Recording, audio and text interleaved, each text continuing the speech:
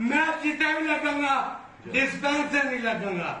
Sweeper नहीं लगूंगा, जादू में नहीं लगूंगा। हमें ला भी दे। देखो ना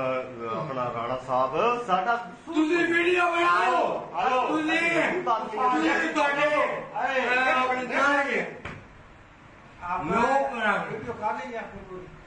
वीडियो कर लो इतनी और स्टेटमेंट चाहिए कर लो सरकारी इमारत परवेज टैक्स डाले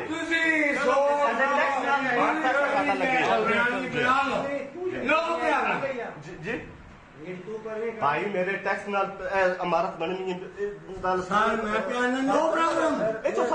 नो इशू 2 बजे तो बाद मैं कोई प्रॉब्लम नहीं क्योंकि 24/7 नहीं है ये 2 बजे तक का हॉस्पिटल है यार 2 बजे के बाद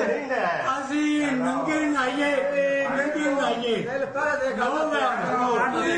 अपने फेसबुक पे जाओ व्हाट्सएप पे जाओ डाउनलोड नहीं करो चलो हेलो ठीक है हेलो चुप है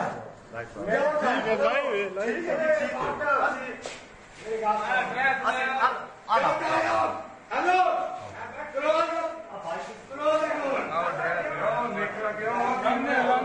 एक मिनट सारी